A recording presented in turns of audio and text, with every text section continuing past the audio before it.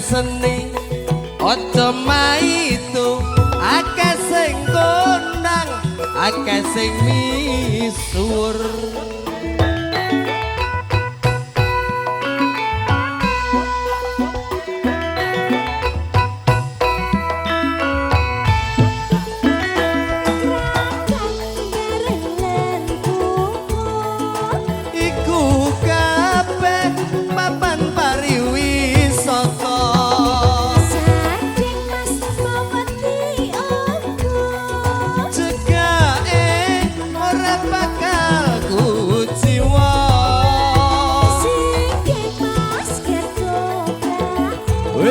campur sari nang gunung-gunung kidul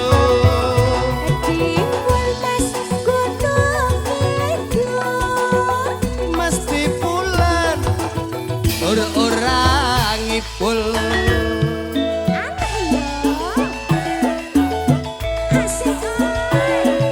Pak Darsono mana?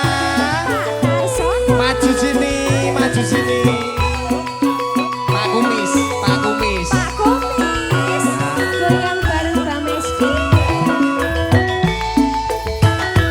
Tak pikir kowe wis lawas karo cah gunung-gunung gitu. Eling-eling panggonane dhuwur, latah ngayuk jog sawe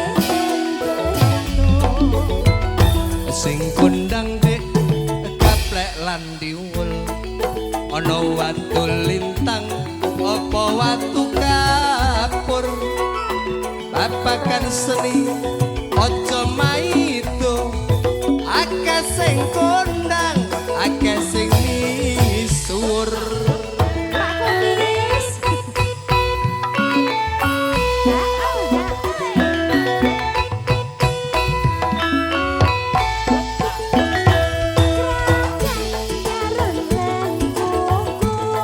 iku kabeh mapan pariwisata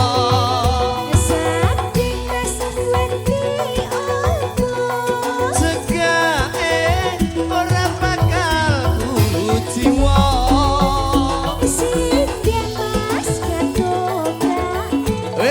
campur sari nang gunung-gunung itu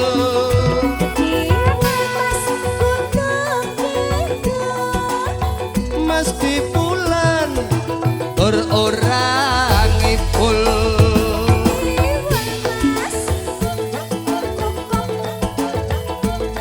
kabeh papan pariwisata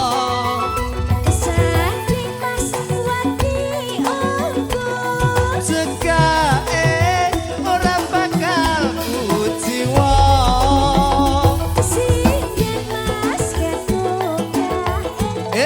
campur sari nang gunung-gunung itu